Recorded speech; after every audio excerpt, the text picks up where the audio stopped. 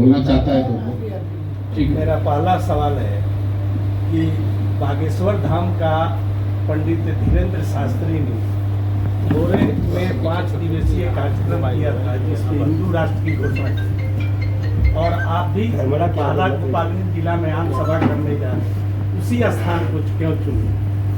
नहीं, देखिए, हिंदू राष्ट्र की घोषणा कोई बाबा थोड़े ही न कर सकते।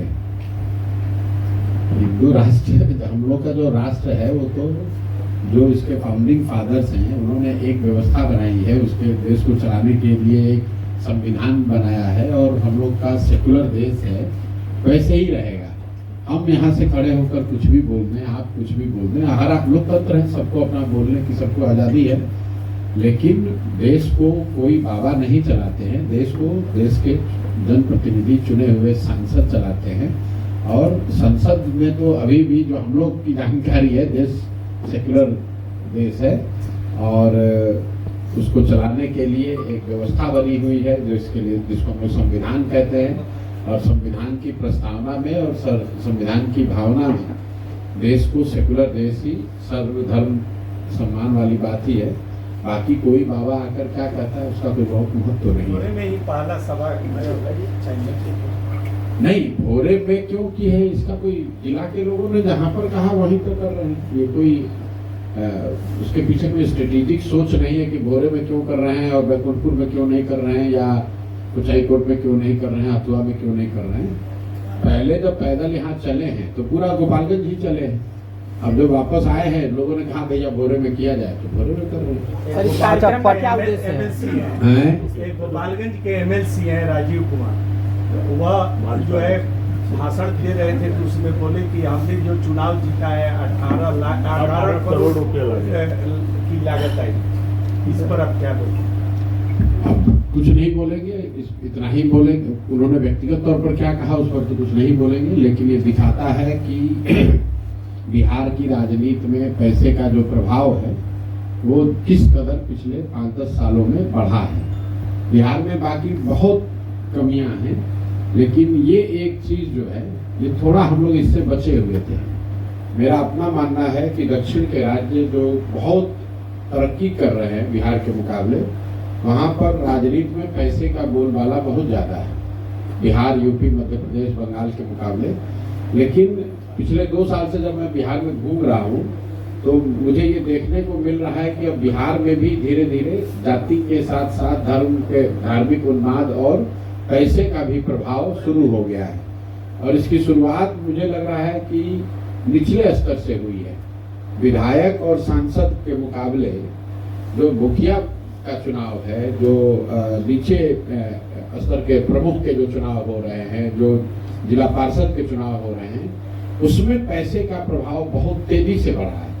जो लोग पुराने यहाँ मुखिया हैं, आप लोग भी समाज में रहते हैं, 2001-2006 तक मुखिया के चुनाव में कोई पैसा खर्च नहीं हो रहा था, लेकिन जो 16 में 21 में मुखिया लोग चुनकर आए हैं, ज्यादातर साथी उसमें बता रहे हैं कि बहुत पैसा खर्च हुआ है। कितना हुआ है उसको लेकर अनुमान लगाया जा सकता है, कई बार आदमी बढ़ाकर भी बताता है। एक बात समझिए, जो चुनाव लड़ता है वो जितना खर्च होता है उससे ज्यादा बताता है। क्यों बताता है? इसलिए कि ताकि वो जो भ्रष्टाचार कर रहा है उसको जस्टिफाई कर सके, तो भाई इतना रुपया खर्च हुआ है तो कुछ तो चोरी करेंगे।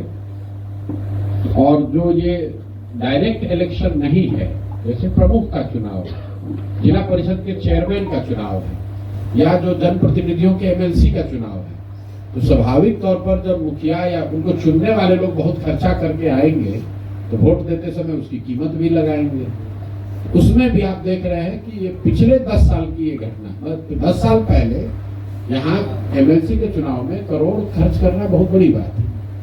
और मैं तो 15 में बिहार में मैंने चुनाव कराया है। मुझे लगता है कि मतलब जो आधिकारिक लिमिट है उस पर तो कोई चुनाव नहीं लड़ता है, सच्चाई तो यही है। लेकिन इलेक्शन कमीशन को लोग बताते हैं कि भाई हम 35 लाख में लड़ रहे हैं, 40 लाख में लड़ रहे हैं, लेकिन औसतन उसका 2 या 3 गुना पैसा लोग खर्च करते होंगे। लेकिन 18 करोड़, 20 करोड़, 25 करोड़ रुपया खर्च करते हुए बहुत लोग हमको दिखे नहीं। दावा लोग कुछ भी कर ले, कोई इक्का दुक्का अपवाद हो सकता है। 15 में तो हमने पूरे बिहार का चुनाव देखा है, इतना पैसा खर्च कोई नहीं करता है। अच्छा सर, लेकिन एमएलसी वगैरह का जो चुनाव है, प्रमुख का चुनाव है, जिला पार्षद के चेयरमैन का चुनाव है, वो विशुद्ध तौर पर खरीद फरोख्त का चुनाव हो गया है और इसीलिए आपको इस तरह की वक्तव्य सुनने को मिल रहे होंगे। अच्छा, पटना में बालू कारोबारी की हत्या हो गई, दौड़ाकर गोली मारा गया। भागलपुर में नित्यानंद राय के भांजे की हत्या हो गई, बहन को भी गोली मारी गई और पुलिस कह रही कि हम काउंटर कर रहे, इससे अपराध रुक जाएगा। अपराध तब रुकेगा जब सरकार का इकबाल हो। बिहार में सरकार का इकबाल खत्म हो गया है। आपने एक वो दौर हम लोगों ने देखा था जब लालू जी का राजद का अंतिम दौर चल रहा था, तो अपराधियों का इतना मनोबल बढ़ा हुआ था कि हर दिन ये घटनाएं आम हम लोग को सुनने देखने को मिलती थी। उसी तरीके से हम तो पिछले 2 वर्ष से आपको कह रहे हैं कि धीरे धीरे नीतीश कुमार जी के सरकार का इकबाल खत्म हो गया है। कोई डर नहीं रहा, कोई व्यवस्था नहीं है। और उसको अगर गहराई से आप समझना चाहते हैं कि बिहार में अपराध क्यों बढ़ा, लॉ एंड ऑर्डर इतना खराब क्यों हुआ, अगर आप जाकर आंकड़ों में देखिएगा तो आपको सीधा इसका कोरिलेशन दिखेगा शराबबंदी से। मैं बात कहता हूं, लोग समझते नहीं है। शराबबंदी से 2017 से बिहार में लॉ एंड ऑर्डर की स्थिति पुनः बिगड़नी शुरू हुई है। चाहे सरकार नीतीश और भाजपा की हो या राजद के साथ उनका गठबंधन हो। भाई नीतीश कुमार तो वही है, प्रशासनिक तंत्र वही है, व्यवस्था वही है, फिर 17 के बाद क्यों बिगड़ा है? इसकी वजह यह है कि लॉ एंड ऑर्डर को इम्प्लीमेंट करने के लिए जो व्यवस्था बनी हुई है, जो लोग, जो प्रशासन है, उसका एक बहुत बड़ा तंत्र, एक बहुत बड़ा हिस्सा सिर्फ और सिर्फ शराबबंदी को लागू करने, उसको बचाने, छिपाने, कमाने के में लगा हुआ है। अगर थाने में 15 व्यक्ति हैं और 10 आदमी सिर्फ शराब के धंधे में लगे हुए हैं या शराब के काम में लगे हुए हैं, तो स्वाभाविक तौर पर जो रूटीन लॉ एंड ऑर्डर है वो अफेक्टेड होगा। इसीलिए आप देख रहे हैं कि 17 के बाद से धीरे धीरे बिहार में स्थिति बिगड़ती चली जा रही है। तो दोनों बात, एक तो जो पॉलिटिकल लीडरशिप है उसका इकबाल का खत्म हो जाना, तो जो अफसर है वो अपने हिसाब से चला रहा है, उसको क्या चिंता है, अगर कुछ गलत हो भी गया तो उसको तो चुनाव फेस नहीं करना है। और दूसरा, जो प्रशासन में लगे हुए लोग हैं, खासकर लॉ एंड ऑर्डर में, उसका एक बड़ा हिस्सा शराबबंदी की वजह से उसमें व्यस्त है। और ये बात सिर्फ मैं नहीं कह रहा हूँ, इस देश के चीफ जस्टिस ने ये बात कही कि बिना सोचे समझे अगर आप कानून शराबबंदी जैसे बना देंगे, उससे पूरी व्यवस्था जो है प्रोसिक्यूशन की, कोर्ट की, वो पूरा तबाह हो जाती है। वो क्योंकि आपने कोर्ट तो बढ़ाए नहीं, थाने बढ़ाए नहीं, नए पदाधिकारी भेजे नहीं, और उसी आदमी को शराबबंदी भी लागू करना है। और बिहार में तो सिर्फ 2 ही बात जो आप कह रहे हैं, शराबबंदी, बालू वाली बात, तो 3 ही उद्योग यहाँ पिछले 3-4 साल में फैला फूला है। एक है शराब माफिया, दूसरा है बालू माफिया, और तीसरा जो अनाज वाले माफिया है, जिसकी चर्चा आप लोग कम करते हैं, कि 5 किलो अनाज से जो 4 किलो मिल रहा है, तो ये अनाज को पैसे में कन्वर्ट करना और पैसे को फिर से वापस अनाज में लाना, हम तो कम से कम 2-2.5 साल से यही देख रहे हैं कि हर जिले में, गोपालगंज में भी आपके नाम आप लोग नहीं लीजिएगा, गोपालगंज में भी आपको मालूम है कि कौन शराब माफिया है, आपको मालूम है कौन बालू माफिया है, और आपको ये भी मालूम है कि कौन यहाँ अनाज का माफिया है। हर जिले में बन गया, पूरी व्यवस्था बन गई है। तो जब ये इस तरह के माफिया ही, उनका ही दबदबा होगा, तो लॉ एंड ऑर्डर बिगड़ने का कारण वो भी है। अच्छा, आपने कहा यादव का जिस तरह परिवार पॉलिटिक्स में शामिल हुआ है, उसी तरह नीतीश कुमार जी के बेटे के निशांत का भी राजनीति में आने का। देखिए, ये आप पत्रकार हैं, आप इस तरह का स्पेकुलेशन कर सकते हैं। मेरा अपना एक तरीका है, जो व्यक्ति राजनीति में नहीं है उस पर मैं टीका टिप्पणी नहीं करता। लालू जी के परिवार के भी जो बच्चे राजनीति में नहीं है, उस पर हम आज तक कोई टीका टिप्पणी नहीं करते। वो क्या करते हैं, क्या पहनते हैं, कहाँ रहते हैं, वो उनका व्यक्तिगत मामला है। राजनीति में टीका टिप्पणी उस पर होनी चाहिए जो सार्वजनिक जीवन में है। जहां तक मैं समझता हूँ, नीतीश जी के जो लड़के हैं वो अभी राजनीति में नहीं है। ये पत्रकार लोग जबरदस्ती आप लोग रोज चला रहे हैं। जब राजनीति में वो आएंगे, अगर आते हैं, तब उस पर टीका टिप्पणी की जाएगी। आपके पास, हमारे पास, जनता के पास अवसर होगा जांचने का, परखने का, कमेंट करने का। अभी से उस पर अनावश्यक टीका टिप्पणी मुझे लगता है कि गैर जरूरी है। और बिहार में बात करने के लिए इतने गंभीर मुद्दा है, उस पर बात न करके किसका लड़का, अरे जब आएगा तो बात किया जाएगा। जहाँ तक मैं समझता हूँ कि ये उचित नहीं है। आपने कहा था कि राघोपुर से चुनाव लड़ेंगे, तो तेजस्वी का ही विधानसभा आपने क्यों चुना? फिर आप पत्रकार लोग भी बिहार में बात को पूरा सुनते नहीं है। लोगों ने ये पूछा कि आप चुनाव लड़ेंगे कि नहीं लड़ेंगे, तो मैंने ये कहा है कि मैं पार्टी से ऊपर नहीं हूँ। पार्टी जो तय करेगी वो हम करेंगे। पार्टी अगर तय करेगी कि राघोपुर से आपको चुनाव लड़ना है तो राघोपुर से चुनाव लड़ेंगे। मैंने उसमें ये भी कहा कि हम लोग की अभी चुनाव लड़ने की आवेदन की प्रक्रिया चल रही है। हमने तो आवेदन नहीं दिया है, लेकिन मेरी जानकारी में है कि किसी कार्यकर्ता साथी ने, जन स्वराज के किसी साथी ने उत्साह में या अपने जो भी उसकी मंशा रही हो, उसने मेरे नाम से राघोपुर से आवेदन दे दिया है। मैंने ये कहा है, मैंने ये नहीं कहा कि हम कह रहे हैं कि लड़ेंगे कि नहीं लड़ेंगे। पार्टी का नेतृत्व सब लोग बैठ के तय करेंगे। अगर सब लोग तय करेगा कि नहीं राघोपुर से ही लड़ना है तो लड़ेंगे, उसमें कोई दिक्कत नहीं है। बिहार में तमाम राजनीतिक पार्टियां आती है और आने के बाद तमाम अपने दावे करती है कि मैं ये करूंगी, वो करूंगा, जो भी बात सही पार्टियां, लेकिन आप पर लोग क्यों विश्वास करें और आपने क्यों कि आप जो राजनीति करेंगे? मेरे पर जनता बिल्कुल विश्वास न करे। आपने बात ठीक कहा कि जो दल, जो नेता आता है वो यही कहता है कि हमको वोट दीजिए, हम सुधार देंगे।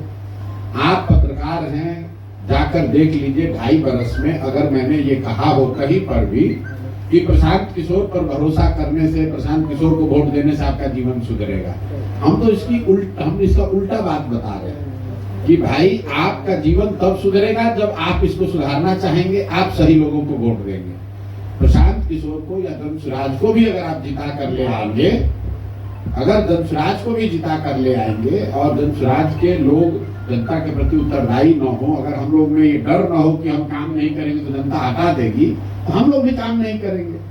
तो आप बिल्कुल हमारी बातों पर भरोसा न करें। हम लोग जो कर रहे हैं उसको देखिए, जांचिए, परखिए। अच्छा लगे तो जुड़िए, न अच्छा लगे तो जिसके साथ पहले से जो एक्सपायरी दवा खा रहे हैं वही खाते रहिए। निर्णय जनता को करना है कि जो जिसको भाजपा को, राजद को, जदयू को आपने 30-35 साल देख लिया, 30-35 साल में आपको लाभ नहीं हुआ। अब एक नई दवा जिसका नाम है जन स्वराज वो आया है। आपकी मर्जी, जो जिसका लाभ हो भी सकता है और जैसा आपके शब्द है कि शायद लाभ न भी हो, तो एक दवा है जो कि जिसका कोई असर नहीं आपको मालूम है, और एक दवा है जिसका लाभ हो भी सकता है, नहीं भी हो सकता है। तो कौन सा दवा आप चूज कीजिएगा, आप बताइए। भाई भाजपा, राजद, जदयू को तो आपने 20 साल हमने देख लिया, उससे तो कोई फायदा हुआ नहीं। तो आप अब जनता के विवेक पर है कि कोई नई दवा, नया विकल्प जन स्वराज आया है, उसको ट्राई किया जाए कि न ट्राई किया जाए। अच्छा, जिस तरह से नीतीश कुमार किसी न किसी पार्टी से गठबंधन करके सरकार चलाते हैं, कारणवश अगर आपकी सीट पूरा नहीं हो पाती है तो क्या आप नीतीश जी से गठबंधन करेंगे कि नहीं? इसमें भाई हम लोग का गठबंधन पहले हो गया बिहार की जनता के साथ, और जन स्वराज ने कह दिया कि हम लोग लड़ेंगे 243 सीट। तो 243 सीट के आगे तो कोई सीट है नहीं जिस पर गठबंधन हो जाए। फिर आपने कहा कि चुनाव जीतने के बाद क्या होगा, उसके लिए भी हमने कह दिया कि हम लोग का अपना तरीका है, हम लोग अर्श पर मरेंगे या फर्श पर मरेंगे। हमको ये मानने में कोई दिक्कत नहीं है कि संभव है कि जन स्वराज को 5 सीट भी ना मिले। सारे प्रयासों के बावजूद अगर बिहार की जनता को लगता है कि नहीं भाई कोई हमको नया विकल्प नहीं चाहिए, हम पुराने वैसे ही घिसी पिटी व्यवस्था में रहना चाहते हैं, तो वो जो व्यवस्था उसको वोट दे देगी। हम लोग को उतना सीट ही नहीं मिलेगा कि हम लोग किसी गठबंधन करें। लेकिन अगर जनता को बात समझ में आ गई कि 30-35 साल से विकल्प के अभाव में जो गलत लोगों को भाजपा के डर से लालू जी को, और लालू जी के डर से भाजपा को जो हम लोग वोट देते रहे हैं, अब ये मौका आ गया, अब विकल्प आ गया, नए लोगों का चेहरा सामने दिख रहा है, एक सुचिता वाली राजनीति की शुरुआत हो रही है, एक नए तरीके की राजनीति की शुरुआत हो रही है जिसमें शिक्षा और पलायन की बात हो रही है। अगर जनता को ये समझ में आ गया तो जन स्वराज को इतना सीट जरूर मिलेगा कि हम लोग को गठबंधन करने की जरूरत नहीं पड़ेगी। वर्स्ट मान लीजिए कि नहीं हुआ तो भी मान लीजिए, आप ही की बात मान लें कि कुछ सीट आ गया, तो 2025 में भी गठबंधन नहीं, 2029 में भी गठबंधन नहीं। अकेले आए हैं, अकेले ही बिहार को सुधारने का जज्बा लेकर आए हैं। चाहे 5 वर्ष लगे, 10 वर्ष लगे, इसकी ईमानदारी और इसकी शुद्धता में न आज कोई आँच आई है, न आगे जब तक मैं हूं तब तक इसकी ईमानदारी और शुचिता में कोई फर्क नहीं आएगा। करने में चाहे इसको 20 वर्ष लग जाए, 10 वर्ष लग जाए, उसमें कोई कॉम्प्रोमाइज का सवाल नहीं है। बिहार सरकार की नाकामियों को आप क्रिटिसाइज करते हैं, क्रिटिसाइज करते हैं, लेकिन आपके पार्टी के अंदर इस विधानसभा में कैंडिडेट का कैसे सिलेक्शन होगा? कैंडिडेट का कैसे सिलेक्शन होगा? देखिए, ये तो पहले बिहार में कोई दल है जो कि कैंडिडेट का आवेदन ले रहा है? पहला दल जनसुराज है जो चुनाव से साल भर पहले लोगों का आवेदन हम लोग ले रहे हैं और लोगों को कह रहे हैं कि आप संभावित प्रत्याशी के तौर पर पर्चा, बैनर, पोस्टर लगाकर अपने क्षेत्र में प्रचार कीजिए। और पहला ऐसा दल है जो कह रहा है कि हम जून जुलाई में आपको बता देंगे कि आपका उम्मीदवार कौन होगा। तो जो लोग चुनाव लड़ना चाहते हैं, इसी समाज से निकले हैं, वो अपना दावा रख रहे हैं, जनता के बीच में भी रख रहे हैं, जनसुराज के लोगों के बीच में भी रख रहे हैं। जिसके नाम पर सबकी सहमति बनेगी वो उम्मीदवार बन जाएगा। यहाँ पैसे का कोई खेल नहीं है, टेबल के नीचे कोई पैसा देकर टिकट खरीद नहीं सकता है, जाति के आधार पर टिकट बट नहीं सकता है।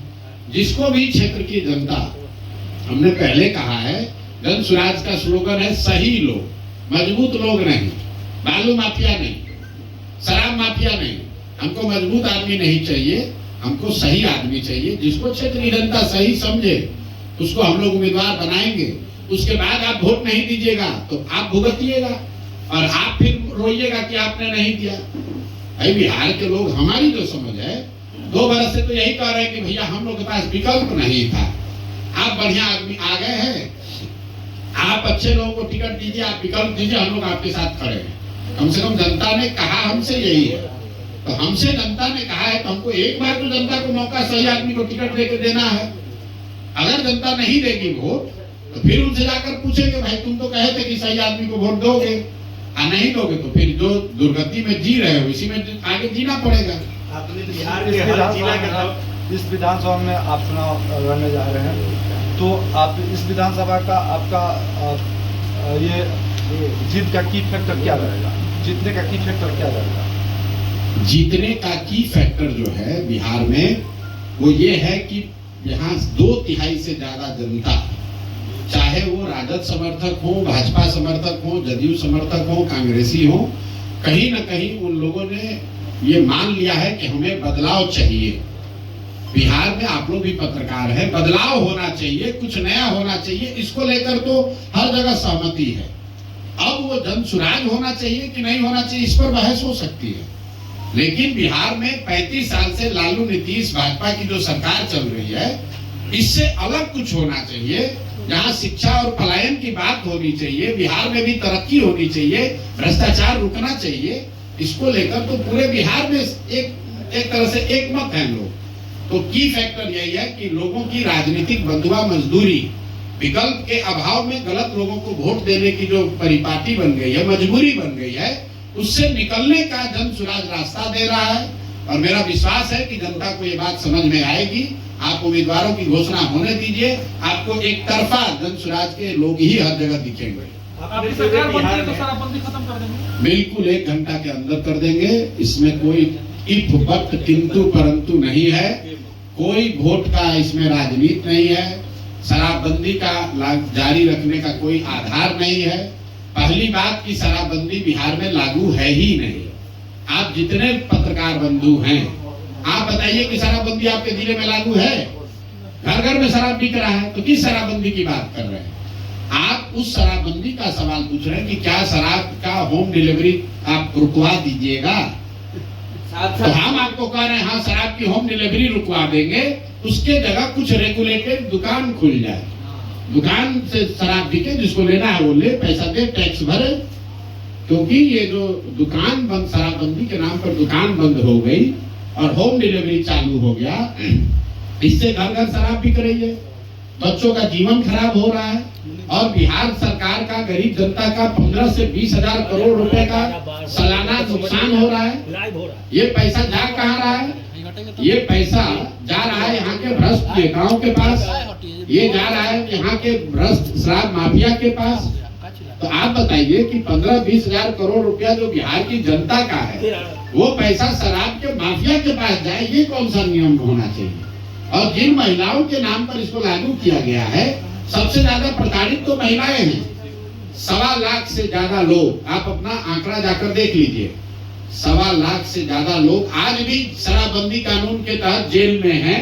और जो जेल में है वो ज्यादातर लोग गरीब, अति पिछड़ा, दलित, मुस्लिम परिवार के लोग हैं, जिनके पास केस लड़ने का, बेल बॉन्ड भरने का पैसा नहीं है। तो किसकी मदद के लिए कानून बनाया गया? आपने जिस तरह पूरे बिहार के हर जिले में दौरा किया, उसी तरह से कांग्रेस भी कन्हैया कुमार के नेतृत्व में जन यात्रा शुरू की है। क्या वह जमीन अपना तलाश कर रही है? नया प्रदेश अध्यक्ष भी लाया गया है। बहुत अच्छी बात है, कांग्रेस बड़ा दल है, उनको प्रयास करना ही चाहिए। आश्चर्य की बात यह है कि 40 वर्ष उनको लग गया ये जानने समझने में। भाई कांग्रेस तो 1985 में बिहार को में रूलिंग पार्टी थी, तो 85 से 2025 मतलब 40 वर्ष हो गया। 40 वर्ष के बाद ही सही, अगर हम लोग के प्रयास से कांग्रेस जग जाए या कोई दूसरा दल जग जाए, यही तो ताकत हम आपको बता रहे हैं कि जन स्वराज के आने से बिहार नहीं सुधरेगा। जन स्वराज के आने से यहाँ लोकतंत्र जिंदा होगा। सारी पार्टियों पर यह दबाव होगा कि हम काम नहीं करेंगे तो हमको जनता वोट नहीं देगी।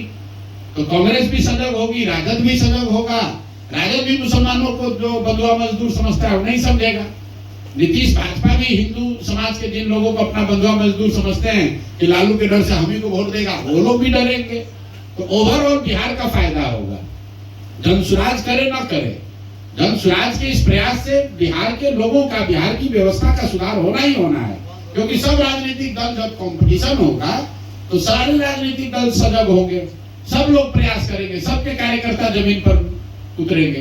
तो अगर राजनीतिक दलों के कार्यकर्ता, नेता जनता के बीच में जाते हैं तो फायदा तो जनता का है, बिहार की जनता का है। अच्छा, आखिरी सवाल, लालू फैमिली पर ईडी कार्रवाई को किस रूप में आप देखते हैं? लालू फैमिली पर ईडी कार्रवाई और सीबीआई कार्रवाई कोई पहली बार तो हो नहीं रहा है। पिछले 30-40 सालों से लालू जी का जेल और कोर्ट से बराबर का ही नाता है, आते जाते रहते हैं। अब उन पर जब केस है तो केस में एजेंसी उनको घेरेगी। 2 बात है, जो उनके समर्थक हैं वो कह सकते हैं कि भाई उन पर सरकार उनको परेशान कर रही है। तो आपको ये पूछना चाहिए कि भाई लालू जी के जब यूपीए की सरकार थी, लालू जी की सरकार थी, तब भी सीबीआई उनको पकड़ कर ले गई थी, तभी सीबीआई उन पर केस कर रही थी। जब पहली बार लालू जी पर चार्जशीट हुआ उस समय तो देवगौड़ा जी प्रधानमंत्री थे। लालू जी के बनाए हुए सरकार के दौरान ही उन पर सीबीआई ने एक्शन लिया था। तो ये चारा घोटाला से जो दौर शुरू हुआ है, पिछले 30-40 सालों से लालू जी पर इस तरह की कार्रवाई या उनसे जुड़े हुए लोगों पर होती रही है। उसमें कितनी सच्चाई है, नहीं सच्चाई है, हम नहीं जानते हैं। लेकिन जो यहाँ पर कानूनी व्यवस्था है उसके तहत कार्रवाई हो रही है। जहां तक मुझे लगता है कि इस कार्रवाई को अपने गति से होने देना चाहिए। दूध का दूध, पानी का पानी हो जाएगा। बिहार का सबसे बड़ा समस्या है पलायन, कैसे सर उसे रोक पाएंगे? जो और अगर 1000 बार पिछले 2.5 वर्षों में गांव-गांव जाकर हमने बताया कि बिहार में पलायन को, अगर लोगों के पलायन को रोकना है तो उसके लिए सबसे पहले पूंजी का पलायन रोकना है। पूंजी के पलायन के रुकने से बुद्धि का पलायन रुकेगा, और बुद्धि का पलायन अगर रुक जाए तो श्रम का पलायन अपने आप रुक जाएगा। हर साल बिहार से जो 2.5 लाख करोड़ रुपया बैंकों के माध्यम से आपका हमारा पैसा बिहार से बाहर जा रहा है, उस पैसे को जन स्वराज रोकना चाहता है। अगर बैंकों से ये पैसा बाहर जाना रुक जाए तो हर साल बिहार में 2 से 2.5 लाख करोड़ रुपया अलग से, बजट के अलावा 2 से 2.5 लाख रुपए का निवेश होने लगेगा। जैसे ही ये पैसा यहाँ रहने लगे तो लोग, बहुत बड़ी संख्या में यहाँ छोटे मोटे रोजी रोजगार शुरू हो जाएंगे, और उसी से हम लोग कह रहे हैं कि साल भर के अंदर पलायन रुकेगा। दूसरा पलायन रोकने के लिए हम लोगों ने ये कहा कि अगर मनरेगा को खेती से जोड़ दिया जाए तो बहुत बड़ी संख्या में जो कृषि आधारित मजदूर बाहर जा रहे हैं वो बिहार में ही कृषि आधारित जो क्षेत्र में मजदूरी कर पाएंगे। तो जन स्वराज ने 2 रास्ते बताए हैं। पूंजी का पलायन रोककर बुद्धि और श्रम का पलायन रोका जाए, और दूसरा जो खेती आधारित व्यवस्था है उसमें मनरेगा को खेती से जोड़कर बहुत बड़ी संख्या में जो खेतिहर मजदूर हैं उनके पलायन को रोकने की बात कही गई है। सर, आप जिस तरह कह रहे हैं कि शराबबंदी हम 1 घंटा में शुरू कर देंगे, चूंकि आप गोपालगंज में प्रेस कॉन्फ्रेंस कर रहे हैं, तो इस स्थिति में गोपालगंज की 3 समस्या सदियों से रहा है और जो भी पार्टी आता है कहता है गंडक, गुंडा और गन्ना, और उसके जो समस्या रहा है सदियों से आते रहा है। तो क्या आप आश्वस्त करेंगे गोपालगंज की जनता को कि आपकी अगर सरकार बनती है तो इन 3 समस्या? मैं गोपालगंज की जनता को ये कहूंगा कि अगर पूरा बिहार डूब रहा है तो उसमें गोपालगंज नहीं सुधर सकता है। अगर जहाज डूबेगा तो उसमें बैठा हुआ हर आदमी डूबेगा। पूरे बिहार में अगर चीनी मिल बंद हो रहा है तो गोपालगंज में गन्ना किसानों का भला नहीं हो सकता है।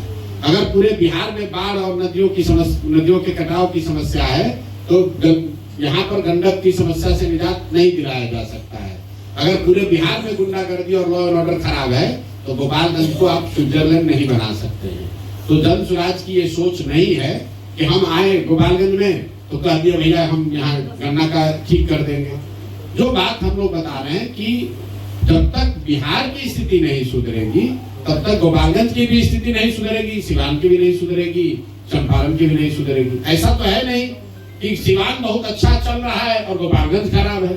ऐसा तो है नहीं कि चंपारण में चीनी मिल बढ़िया चल रहा है और गन्ना किसान गोपालगंज में परेशान है।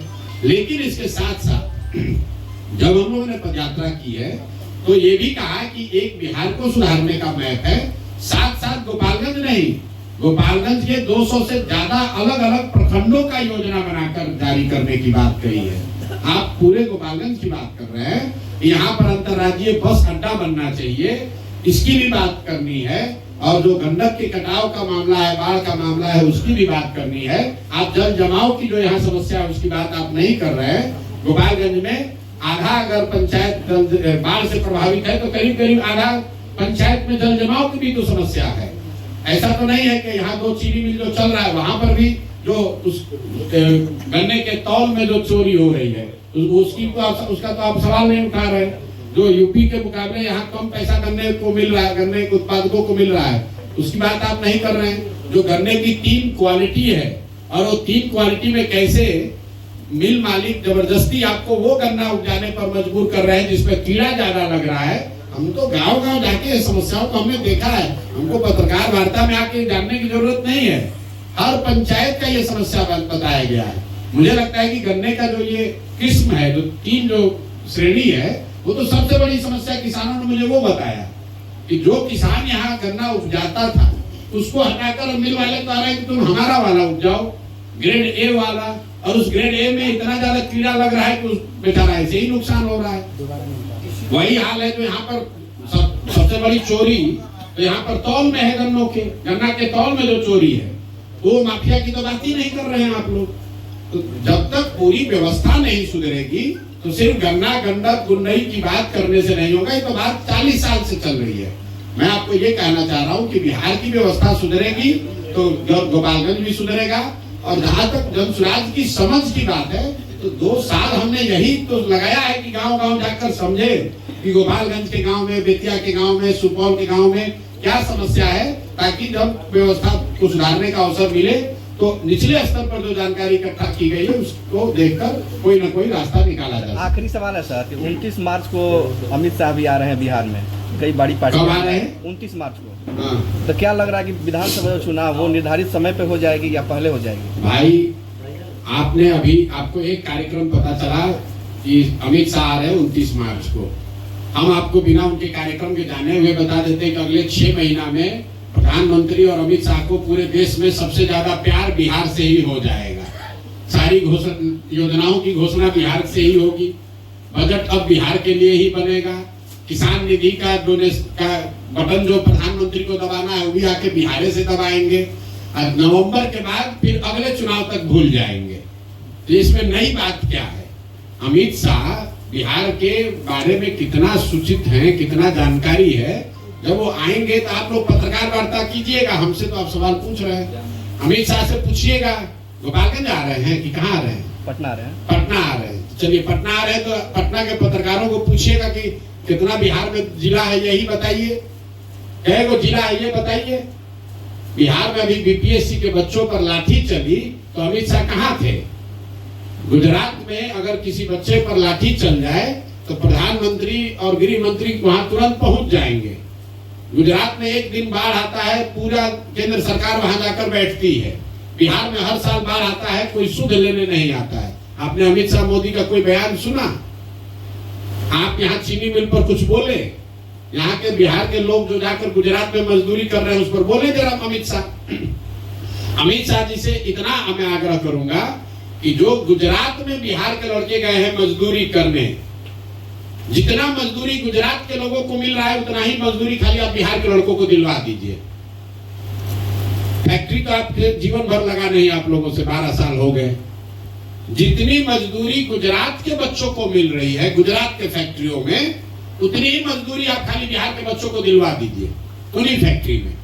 गुजरात के लोगों को मजदूरी मिल रहा है 20,000 और बिहार के गरीब बच्चे जाकर उसी फैक्ट्री में 12,000 रुपए में काम कर रहे हैं। आपको हमारी बात पर भरोसा नहीं है? आप चलिए सूरत में, एक अकेले सूरत में 5 लाख से ज्यादा बिहार का बच्चा मजदूर है। चलिए मोरबी का जितना सिरामिक फैक्ट्री है, इसी गर्मी में हम लोग यहाँ बैठे, बाहर धूप लग रही है, इसी चिलचिलाती गर्मी में मोरबी के जितने सिरामिक फैक्ट्री हैं उसमें सब बिहार के बच्चे मजदूरी कर रहे हैं। अमित शाह उनके लिए कुछ कर दे भाई। बिहार में नहीं करा पा रहे, गुजरात में करा दो। वोट लेने की बात होगी तो सबको बिहार याद आएगा। आपने कहा अभी कांग्रेस वाले कुछ कर रहे हैं, आप लोग कोई पत्रकार ये नहीं पूछ रहे हैं कि कांग्रेस के एक नए अभी मुख्यमंत्री बने हैं तेलंगाना में, नाम है रेवंत रेड्डी। 2 वर्ष पहले अभी मुख्यमंत्री बने हैं, जुमा 2 वर्ष हुआ है। तो मुख्यमंत्री बनने के बाद उसने कहा, उस आदमी ने, कि बिहारियों का डीएनए है मजदूरी करने वाला, मतलब बिहार के लोग पैदा ही हुए हैं मजदूरी करने के लिए। रेवंत रेड्डी के शब्द हैं। जो भी कांग्रेस के नेता यहाँ आ रहे हैं जरा उनसे ये पूछिएगा तो भाई तुम्हारा यही सोच है? मतलब हम लोग जब मजदूरी करने के लिए ही पैदा हुए हैं तो काहे के लिए हैं यात्रा कर रहे हो? क्यों वोट मांगने आ रहे हो? तेलंगाना में ही वोट मांगकर बना लो सरकार। वोट हम लोग से मांगोगे और हम लोग से कह रहे हो कि बिहारी मजदूरी करने के लिए पैदा हुआ है। और आप जरा पूछिए तो कोई कन्हैया कुमार, कोई राहुल गांधी, किसी ने अगर रेवंत रेड्डी के खिलाफ एक शब्द कहा हो तो? दोनों बात कैसे होगा भाई? आपका मुख्यमंत्री हैदराबाद में बैठकर बिहारियों को गाली दे रहा है, कार्यकर्ता नहीं वहां का मुख्यमंत्री है, बिहारियों को कह रहा है कि पैदा ही हुआ है मजदूरी करने के लिए, और उसी दल का नेता आकर बिहार में वोट मांग रहा है और आप लोग सवाल भी नहीं करते। ठीक है भैया, बहुत बहुत धन्यवाद।